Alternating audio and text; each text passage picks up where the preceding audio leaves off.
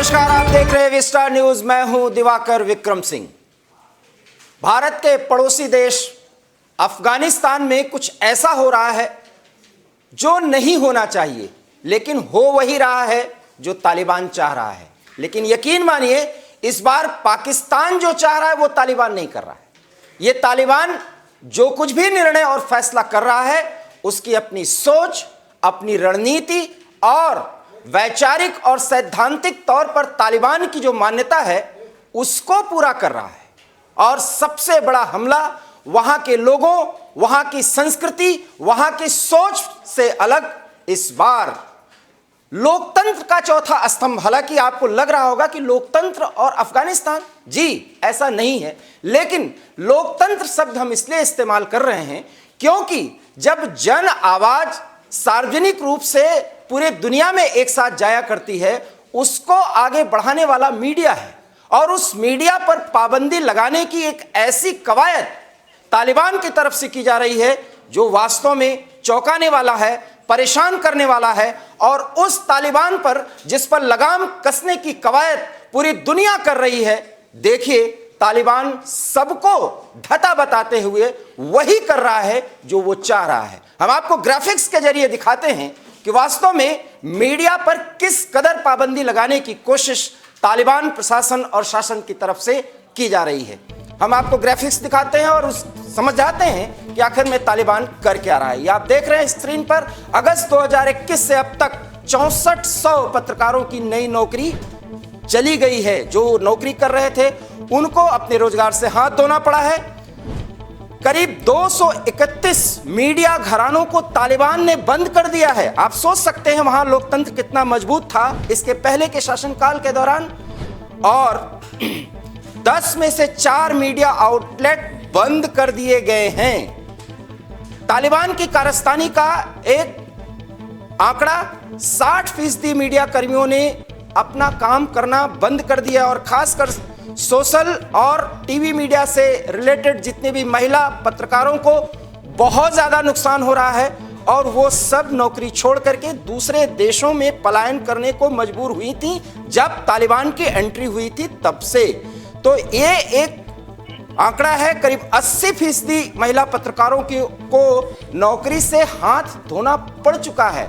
ये आप देख रहे हैं। तो एक तरह से मीडिया आउटलेट्स, मीडिया घराने और मीडिया कर्मी, विशेष करके महिलाएं, अब अफगानिस्तान छोड़ चुकी हैं या बुरखे में कैद होकर के अपना जीवन जी रही हैं, ये आप कह सकते हैं, क्योंकि तालिबान किसी को बाहर भी नहीं जाने दे रहा है। आप देख रहे हैं कि 543 मीडिया आउटलेट में से सिर्फ 312 आउटलेट अभी बचे हैं। तो आप समझ सकते हैं कि कितना मजबूत था वहां पर मीडिया घराना और मीडिया कर्मियों की अपनी कार्यप्रणाली कितने स्वतंत्रता पूर्वक तरीके से चल रही थी। उस पर पाबंदी 3 महीनों में 43% मीडिया आउटलेट्स बंद हो गए हैं। लगभग आधे प्रतिशत के करीब, आप समझ सकते हैं 50% पाबंदियों और उस डर से जहां तालिबान का अपना शासन सिर्फ मोहजबानी चलता है, उसके कारण से बंद करना पड़ा। तो मीडिया की ये स्थिति है। तो अब आप समझ सकते हैं कि किस पाबंदी में अफगानिस्तान नई राह पर है, जो कि तालिबान बार बार कहता है कि अब अफगानिस्तान नई राह पर जाएगा। और मीडिया कर्मियों पर, मीडिया हाउसेस पर, आउटलेट्स पर पाबंदी लगाने के बाद तालिबान किस कदर पत्रकारों पर बहुत बड़ी पाबंदियां लगा चुका है, मीडिया घरानों पर पाबंदियां लगा चुका है और अपने हिसाब से अफगानिस्तान की सामाजिक, राजनीतिक और आर्थिक गतिविधियों को नए तरीके से अंजाम दे रहा है। और उसके तहत उसे करना क्या पड़ रहा है और अफगानिस्तान के लोगों को उसका क्या खामियाजा भुगतना पड़ रहा है, ये भी जानना बड़ा दिलचस्प होगा। हमने शुरुआत में जिक्र किया था कि पाकिस्तान के इशारे पर अब ऐसा नहीं हो पा रहा है, क्योंकि वही पाकिस्तान जो अफगानिस्तान में तालिबान को लाकर के ये सोचा था कि अब उसकी मनमानी चलेगी, उसकी मनमानी भी अब नहीं चल रही, क्योंकि तालिबान नए स्वरूप में, नए अंदाज में अपनी ताकत का मुजाहरा कर रहा है। सबसे बड़ी बात यह है कि डूरंड लाइन को अब तालिबान नहीं मान रहा है और इसके कारण से पाकिस्तान और तालिबान के बीच सीमाई इलाकों को लेकर के एक कश्मकश की स्थिति बन गई है, अर्थात वहां भी संघर्ष की स्थिति हो सकती है। उन परिस्थितियों में मीडिया घरानों पर इस कदर पाबंदी और वहां की सामाजिक, राजनीतिक और आर्थिक व्यवस्था की बढ़ती नई परेशानी वास्तव में अफगानिस्तान को आने वाले समय में किन मुश्किलों में डालेगी, यह देखना दिलचस्प होगा। और इन मुद्दों पर, इन तमाम मुद्दों पर हम एक्सपर्ट्स की राय जानने की कोशिश कर रहे हैं। आज हमारे साथ जाने माने अंतर्राष्ट्रीय मामलों के जानकार महमूद आलम साहब हमारे साथ जुड़ रहे हैं और वो बताएंगे कि वास्तव में किस दिशा में आगे बढ़ रहा है तालिबान और किस दिशा में ले जाने की कोशिश कर रहा है अफगानिस्तान को। महमूद आलम साहब, बहुत बहुत स्वागत एवी स्टार न्यूज में। सवाल मेरा पहला है, ये तालिबान की नई चाल आखिर में किस रणनीति का हिस्सा है? देखिए दिवाकर साहब, मुझको तो कोई बहुत ताज्जुब नहीं है। ये पहले से एक्सपेक्टेड था कि वो ये सारी चीजें करेंगे। और इसके अलावा आप अभी एक बात आपने और बोली कि पाकिस्तान का भी वो कहना नहीं मानता है। तो पाकिस्तान क्या कर रहा है? इमरान खान भी तो जो है वहाँ के प्रेस को दबाने की कोशिश कर रहे हैं, वहाँ के मीडिया को दबाने की कोशिश कर रहे हैं। और अभी कोई बिल भी मुझे डिटेल नहीं मालूम है, कोई पेश किया गया है, वहाँ पर भी जर्नलिस्ट की आवाज़ को दबाने की कोशिश की गई है। तो ये तो जिसे इंग्लिश में बोलते हैं, it was written on wall. ये मालूम था कि ये भी तालिबान आएंगे, ये सारी चीज़ें होंगी, क्योंकि वो ये नहीं चाहे। देखिए इस वक्त एक बात तो ये भी मान लेनी चाहिए आपको कि वहाँ की अफगानिस्तान की इस वक्त सिचुएशन बहुत ख़राब है। चाहे वो आर्थिक रूप से ले लें, आप इकोनॉमिक ले लें, चाहे वो आप जो है सामाजिक ले लें, चाहे आप हेल्थ ले लें, चाहे सिक्योरिटी ले लें। तो अब वो बाहर तो ऐसा प्रोजेक्ट करना चाह रहे हैं कि उनका पूरा कंट्रोल है पूरे अफगानिस्तान के ऊपर, बट रियलिटी क्या है? आप इकोनॉमिक सिचुएशन वहाँ की बहुत ज़्यादा ख़राब हो चुकी है और उनको कहीं से हेल्प भी नहीं मिल रही है। पाकिस्तान पूरी सी कोशिश कर रहे हैं कि उनको इंटरनेशनली रिकॉग्नाइज किया जाए, लेकिन ऐसा नहीं हो पा रहा है। तो अपनी विफलताओं को छुपाने के लिए एक ही यही हथियार होता है कि मीडिया के ऊपर जो है आप अंकुश लगाएं, ताकि वो खबरें जो है आपकी विफलता की जो है वो बाहर ना जा सकें। लेकिन आप कब तक छुपा पाएंगे इनके, कब तक ये कर पाएंगे? तो अव्वल तो ये है कि मुझे बहुत ज़्यादा ताज्जुब नहीं हो रहा है कि अगर वो जो है मीडिया पे अंकुश लगा रहे हैं। और दूसरे, जहाँ तक आपने ये बात की पाकिस्तान से उनकी बाउंड्री का, तो देखिए ये तो ऑब्वियस है कि अब अगर पाकिस्तान ये चाहे कि वो उनकी हर बात मान लेंगे, क्योंकि तालिबान को भी ये दिखाना है वहाँ का जो डोमेस्टिक ऑडियंस है कि भाई देखिए हम जो है कठपुतली सरकार नहीं है ISI की, और हम जो है हर बात जो है पाकिस्तान की नहीं मान रहे हैं, और हम जो है सॉवरेन देश हैं, और हम अपनी संप्रभुता की कोई भी जो है पाकिस्तान के साथ जो है उस पर कोई सौदेबाजी नहीं कर रहे हैं। तो और वैसे भी देखिए अफगान जो हैं वो बड़ी गैरतमंद कौम है वहाँ की, वो इस बात को बर्दाश्त भी नहीं करेगी कि वो पाकिस्तान जो है उनका जो भी उसने कुछ किया, सो कॉल्ड जो उन्होंने उनकी मदद की है, उससे वो फायदा उठाना चाहे। और उनकी जी साहब ये यहाँ से जो है क्रॉस बॉर्डर टेररिज्म हो रहा है, ये हो रहा है, वो हो रहा है। लेकिन ओवरऑल यही है कि देखिए आप जब जो है इस किस्म की ऐसी जो हुकूमतों को, ऐसी फोर्सेस को जब आप जो है बढ़ावा देंगे और फिर ही आप उनसे एक्सपेक्ट करेंगे कि वो आपकी बातें माने, तो बड़ा मुश्किल हो जाता है। इसमें उनसे एक्सपेक्टेशन नहीं होनी चाहिए, वर्ल्ड कम्युनिटी की इतनी एक्सपेक्टेशन नहीं होनी चाहिए।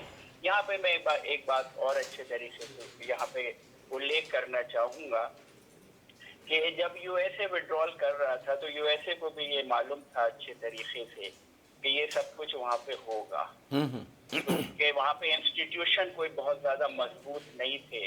और आपने देखा सो कॉल्ड जो 3 लाख की आर्मी यूएसए ने बनाई थी, वो किस तरीके से कहाँ चली गई, कहाँ गायब हो गई।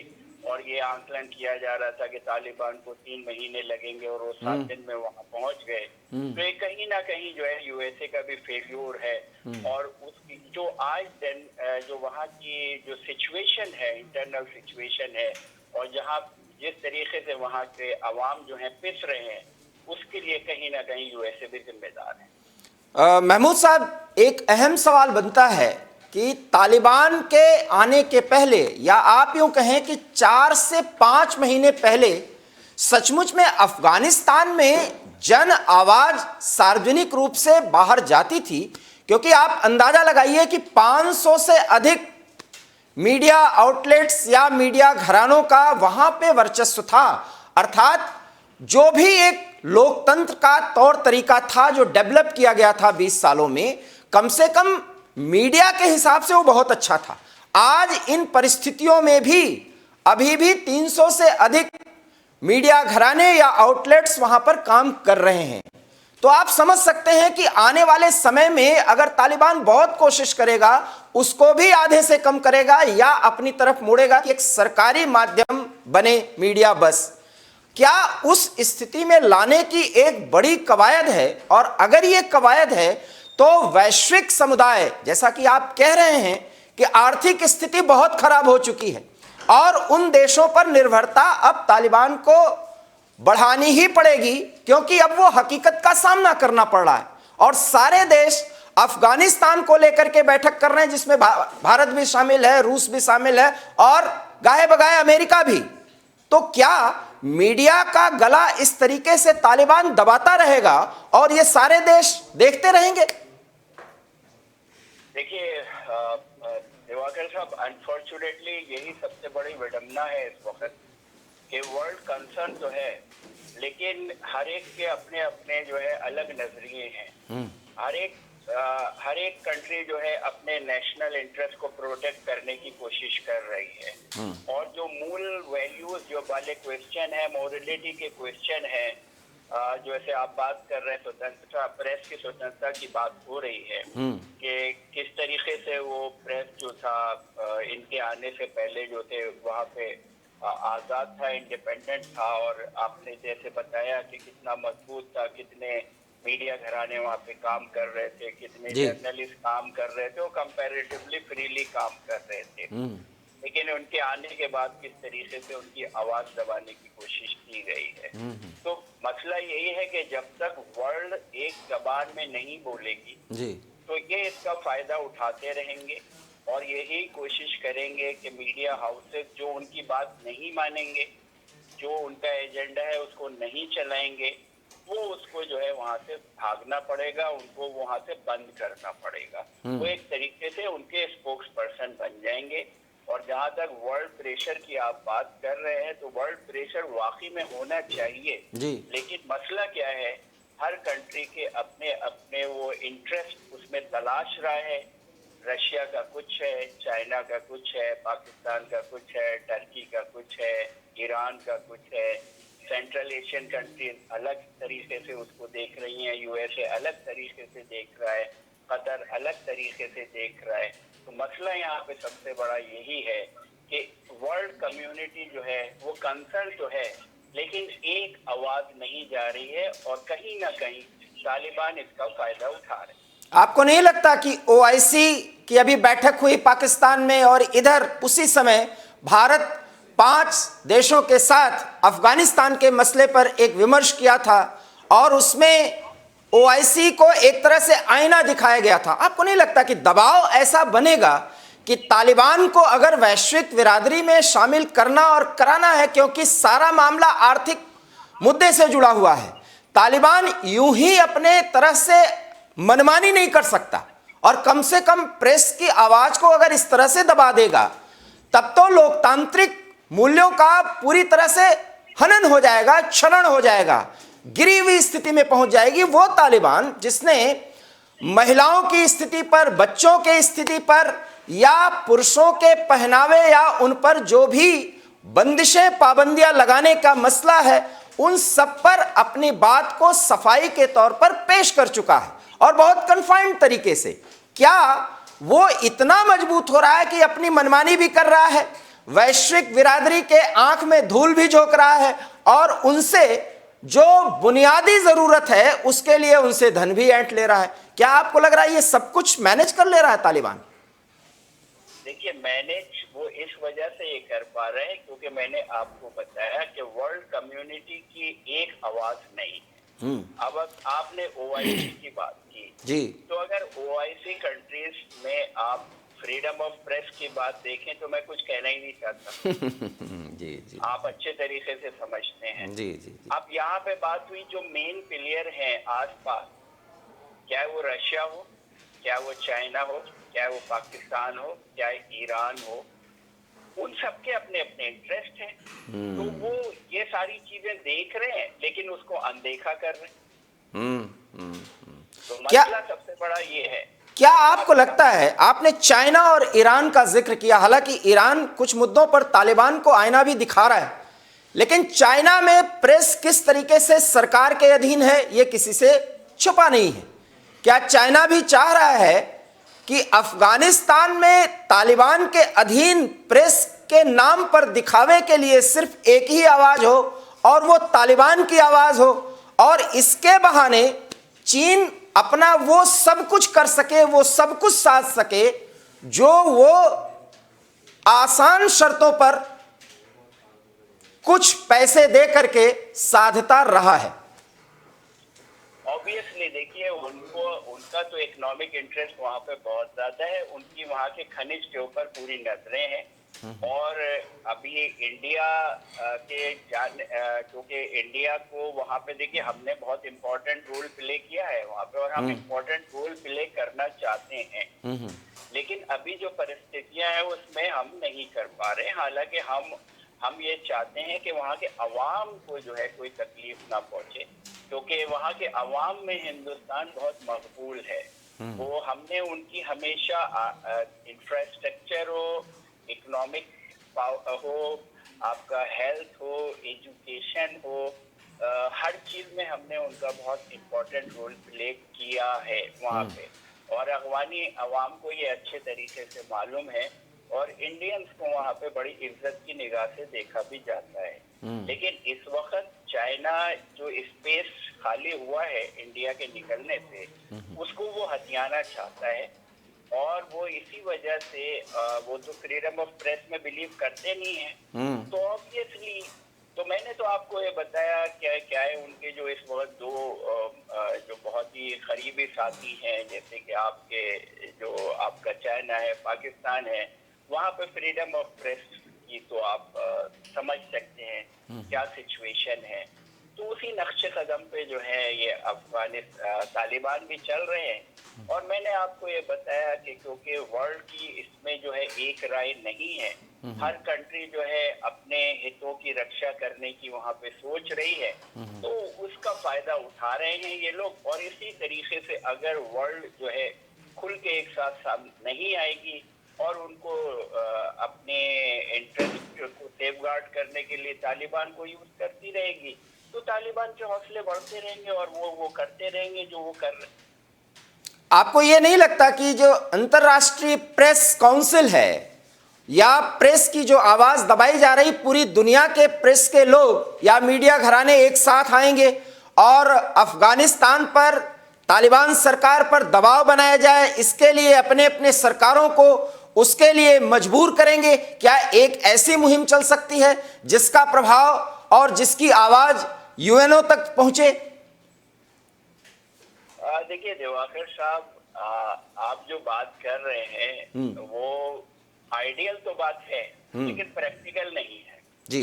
आप एक बार बताइए, जो प्रेस जिसकी आप काउंसिल की बात कर रहे हैं, उतने वर्ल्ड में आप देखिए सीरिया में क्या हुआ, लीबिया में क्या हुआ, म्यांमार में क्या हो रहा है, जब सऊदी अरबिया के खुशबू का वो मर्डर हुआ तब उन्होंने क्या किया, तो वो कितने इफेक्टिव है ये देखना पड़ेगा जी। कितने इफेक्टिव है। अब जैसे वही वाली बात है कि यूएनओ की ताकत क्या है। यूएनओ की ताकत तो उसके मेंबर हैं, यूएनओ तो अपने आप में कुछ नहीं है। तो वो काउंसिल जो है उसका क्या है, जो उसके मेंबर हैं वो ही उसकी ताकत है। लेकिन अब वो कितने जो है उसमें इंटरेस्टेड हैं। आलम साहब, एक सवाल मौजू है और बहुत ही महत्वपूर्ण है कि क्या जिस तरीके से मैंने अभी जिक्र किया कि मीडिया घराने या जर्नलिज्म अफगानिस्तान का या वहां के लोगों के जीवन का एक हिस्सा बन चुका था, उसको खत्म करने की कोशिश इसलिए की जा रही है क्योंकि वो अमेरिकनाइज्ड माइंडसेट से चल रहा था। आपको लग रहा है क्या कुछ ऐसा? देखिए, बिल्कुल हो सकता है। आपने बहुत अच्छा क्वेश्चन पूछा है जी। कि वो वेस्टर्न इन्फ्लुएंस था। जी जी। तो हो सकता है कि जो इनकी अपनी आइडियोलॉजी है और जो अपना ये सामाजिक वहाँ पे जो बदलाव लाना चाहते हैं, तो हो सकता है ये एक वजह हो सकती है कि उसको जो है और उसके साथ साथ मैं यहाँ पे ये भी बोलना चाहूंगा कि जिस तरीके से वहाँ के हालात, जो जमीनी हालात दिन ब दिन खराब होते चले जा रहे हैं, तो पब्लिक में एक जो है पैनिक ना हो, रोष ना हो, उसको दबाने के लिए भी ये एक तरीके से है कि रोजी रोजी पिक्चर दिखाई जाए कि भाई सब हालात जो है अफगानिस्तान में अच्छे हैं। तो डोमेस्टिक ऑडियंस को जो है एक तरीके से पैसिफाई करने की कोशिश की जा रही है कि आप असलियत मत दिखाइए, जो हम दिखाना चाहते हैं वो दिखाइए। क्या आपको नहीं लगता कि 3 से 4 महीने के इस समय काल में, इस समय अंतराल में तालिबान का जो आतंक है वो इतना रहा होगा, या उसको देखते हुए भी मीडिया अपने हिसाब से काम कर रही थी जिसपे तालिबान को अपने मनमानी के लिए आगे आना पड़ा? ऐसा तो नहीं हो सकता, क्योंकि आपने देखा होगा कि जैसे ही तालिबान वहां पे प्रभावी हुआ, महिला मीडिया कर्मी अपने आप को पत्रकारिता से दूर करती चली गई। खास करके टीवी एंकर्स की बात कर रहा हूं, रिपोर्टर्स की बात कर रहा हूं। देखिए, ये इस बात का जो है वहाँ पे इससे पहले तालिबान फर्स्ट में वो देख चुके थे कि उनका क्या रवैया था और उनकी क्या लाइकिंग और डिसलाइकिंग थी। तो उन्हें ये डर था कि दोबारा ऐसा होगा। तो मजबूरी में जो है उन्होंने यही बेहतर समझा कि या तो इस प्रोफेशन को वो क्विट कर दें या कंट्री छोड़ के चले जाएं, क्योंकि अगर ये आएंगे तो वो अपना काम जो है आज़ादी से उस तरीके से नहीं कर पाएंगे जिस तरीके से वो करना चाहते हैं। तो अब वहाँ पर भी यही है कि वो जो आप अभी 300 कितने घराने बता रहे हैं जो मीडिया हाउसेस के बचे हुए हैं, अगर वर्ल्ड कम्युनिटी ने एक आवाज में प्रभावशाली तरीके से इनके ऊपर प्रेशर नहीं डाला कि अगर आप यही रंग ढंग रहेंगे तो हम जो है आपको ना तो रिकॉग्नाइज करेंगे जी, ना आपकी मदद करेंगे जी। लेकिन सबसे बड़ी वजह क्या है दिवाकर साहब, मसला ये है कि यहाँ पे सबसे ज्यादा जो है विक्टिमाइज कौन हो रहा है? वहाँ के मासूम आवाम विक्टिमाइज। जी जी जी जी। तो ये वर्ल्ड की एक बहुत बड़ी डायलेमा है कि क्या किया जाए। अगर तालिबान को सजा देनी है, उस सजा का तो अल्टीमेटली असर तो वहाँ के अवाम पे पड़ता है। ये सोचना पड़ेगा और इसको किस तरीके से इस चीज को टैकल किया जाए, इसके लिए वर्ल्ड कम्युनिटी को बैठ के सोचना पड़ेगा और तालिबान को क्लियर कट बताना पड़ेगा। देखिए, ऐसा है कि अगर आप अपने अवाम को विक्टिमाइज नहीं करेंगे, अवाम के लिए करेंगे, हम नहीं चाहते कि आपकी वजह से वहाँ के अवाम को जो है कोई नुकसान पहुँचे। और अगर आपकी कतनी और करनी में फर्क होगा तो सॉरी, हम आपको जो है मदद नहीं कर पाएंगे। लेकिन मैंने आपको बोला कि अगर आप मदद नहीं करते हैं तो अल्टीमेटली विक्टिमाइज वहाँ के अवामी होते हैं। इसी से जुड़ा एक सवाल है आलम साहब, डूरंड लाइन पर जिस तरीके से तकरार है, एक मतभेद की स्थिति है, तालिबान ये दिखाना चाहता है कि हम पाकिस्तान के पिट्ठू नहीं हैं। क्या भारत से जुड़ने की एक बड़ी कवायद है? और अगर भारत से जुड़ता है तो लोकतांत्रिक मूल्यों को इस तरीके से खत्म नहीं करे तालिबान, क्या भारत इसके लिए प्रेशर नहीं बनाएगा? अगर वो सहायता के तौर पर बुनियादी ढांचे के विकास में, जैसा कि वो 20 सालों में करता आया है, वैसा करेगा तो देखिए अगर देखिए तालिबान को ये अच्छे तरीके से मालूम है कि वो सिर्फ और सिर्फ जो है अगर लॉन्ग रन में वहाँ पे हुकूमत करना चाहते हैं तो सिर्फ और सिर्फ चाइना और पाकिस्तान की बेस पे तो वो हुकूमत चला नहीं सकते। और इस रीजन में इंडिया को इग्नोर करना आप किसी के बस की बात नहीं है। वर्ल्ड कम्युनिटी ये रियलाइज कर चुकी है कि इस रीजन में अगर आपको स्टेबिलिटी चाहिए तो इंडिया को आप ओवरलुक नहीं कर सकते। आज इंडिया इस रीजन में ही नहीं है बल्कि वर्ल्ड में एक बहुत बड़ी पावर बन के उभरा है। क्या वो मिलिट्री पावर हो, क्या इकोनॉमिक पावर हो, क्या स्ट्रेटेजिक उसको आप उसकी इम्पोर्टेंस समझ लीजिए। जी तो ऑब्वियसली अगर वो ये चाहते हैं, और हमने हमेशा निस्वार्थ काम किया है, हमने चाइना की तरह काम नहीं किया है जी कि पहले आप जो है उनको इकोनॉमिक सहायता दे के अपने करीब लाते हैं और फिर उनको जो है आप एक तरीके से अपनी कॉलोनी बनाने की कोशिश करते हैं, अपनी जो है टर्म्स एंड कंडीशन इम्पोज करने की कोशिश करते हैं। हमने हमेशा मानव आधार पे काम किया है, ह्यूमैनिटी के लिए हमेशा काम किया है और हम आज भी तैयार है प्रोवाइडेड। आलम साहब क्या आपको ये नहीं लगता कि फ्रीडम ऑफ प्रेस के लिए भी अब भारत अगर मौका मिलेगा और तालिबान डिप्लोमेटिक तरीके से जिस तरीके से भारत को जोड़ने की कवायद कर रहा है समय समय पर, तो फ्रीडम ऑफ प्रेस के लिए भी भारत तालिबान को समझाएगा, मनाएगा और वो नैतिक दबाव बनाएगा जो तालिबान समझेगा, क्योंकि तालिबान डिप्लोमेटिक तरीके से बदला जरूर है। देखिए हमने तो बोला है वेट एंड वॉच कर रहे हैं। हमने तो ये नहीं बोला है, हम ये देखेंगे कि उनकी कथनी और कितनी में कितना फर्क है, वो ह्यूमन राइट्स का क्या करते हैं, वो वहाँ पे प्रेस का क्या करते हैं, और जो कंसर्न है हमारे उसको हम क्लोजली हम उसको देख रहे हैं।